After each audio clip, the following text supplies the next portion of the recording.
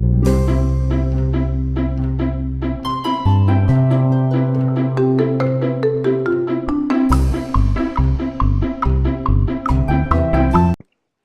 friends, I'm Cynthia from Very Cherry Cakes, and today I'm going to show you how I made this easy Game of Thrones cake inspired by the new Urban Decay palette.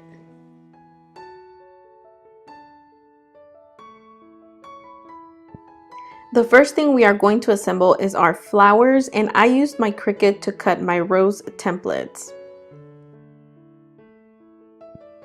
First, I'm coating my Icing Images Food Safe mat with vegetable shortening to help my wafer paper adhere to the mat.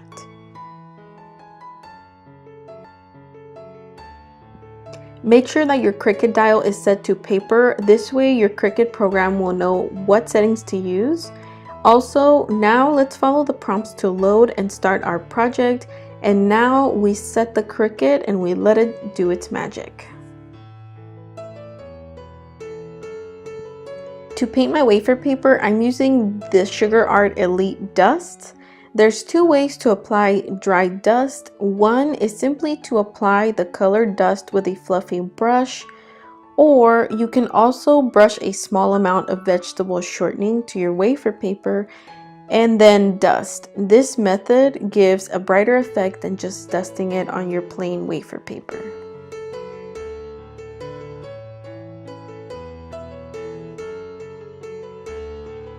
I assembled my flowers by cutting a small slit in between each petal. This will help the petals to curl a lot easier.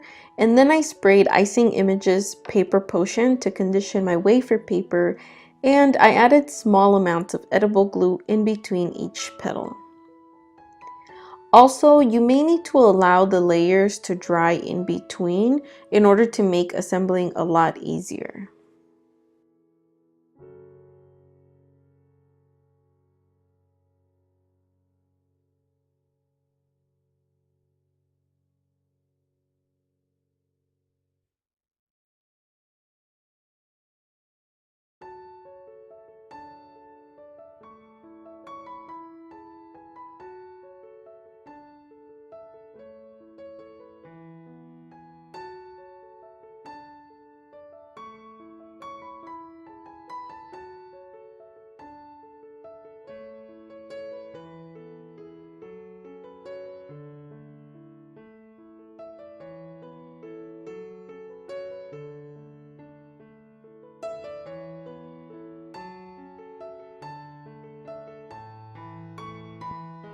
Now let's make the crown. I also used my Cricut to cut this template, and here's what I used for this part of the project.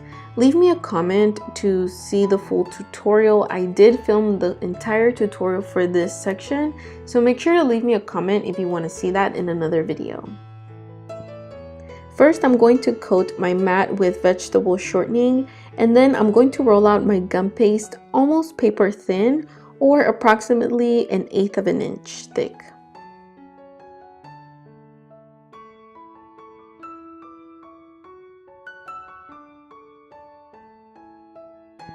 And now I'm going to dust my gum paste with cornstarch to prevent my Cricut blade from dragging the gum paste.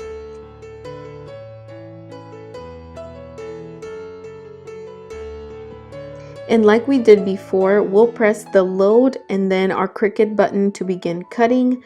This is a custom setting and I'll share it with you in a future video.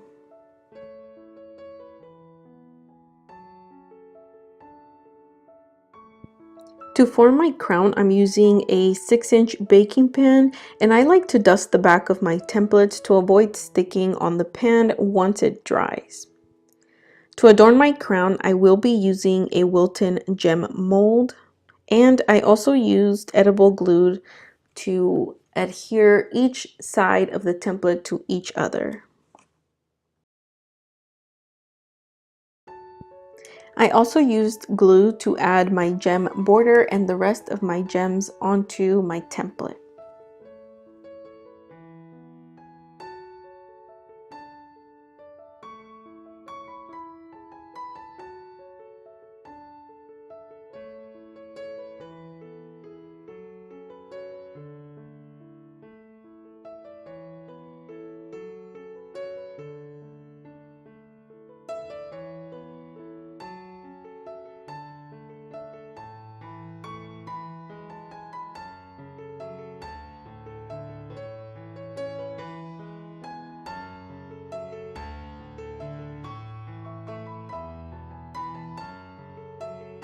Also, as a side note, whenever I used my gem mold, I did dust it with a little bit of cornstarch to make demolding or unmolding a lot easier, and so that my gum paste wouldn't stick to the mold cavities.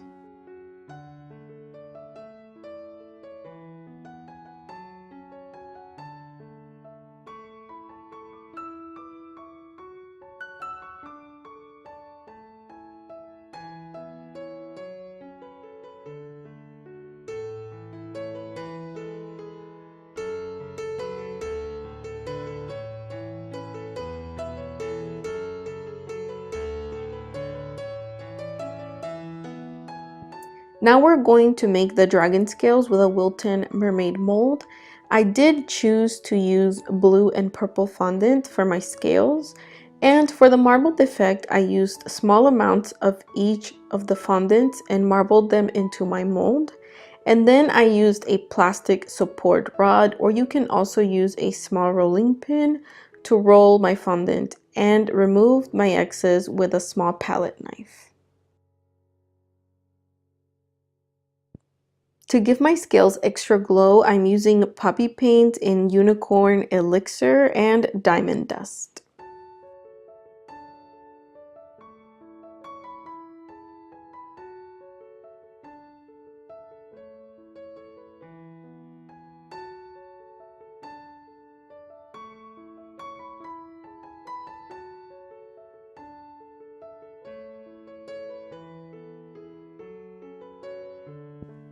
I covered my cake using the paneling method, and I glued my scales with edible glue. You can also glue your scales with water or with royal icing.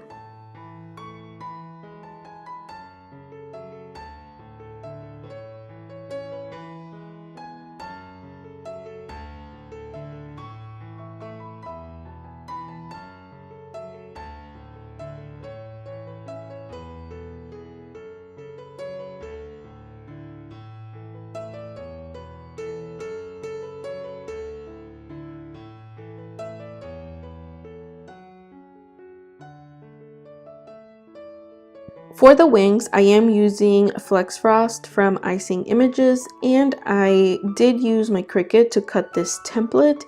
Since my paper does have a backing, I used a Cricut mat, and for this part I made a mirror image so I can be able to sandwich my template once I make my frame for the wings.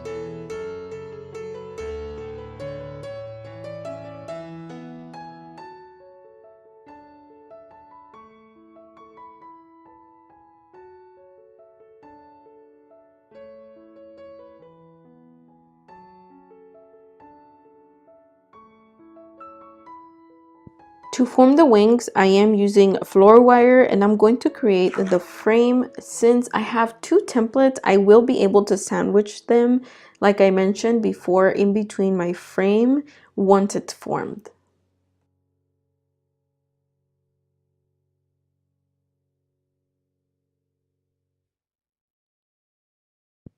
To be able to glue and sandwich both of my templates, I am spraying both sides with Icing Images Paper Potion, and this will act as the glue for both of my templates for the wings.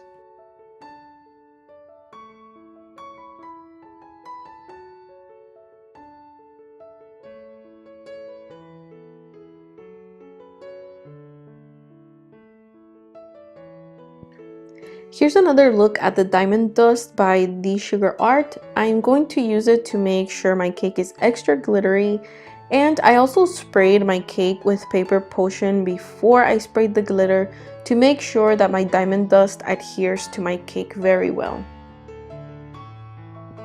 Now I'm just going to start to add the decorations, and I did put a little small wire on the back to hold my crown in place. It's not fully secure, but this cake wasn't traveling far anyway, so this little wire should do. To paint my crown gold, I am using Divine Specialties Gold Dust mixed with Everclear, and I made it into a paste rather than a liquid because if it's too liquidy, it'll be see-through on my crown, and that's not the effect that I wanted.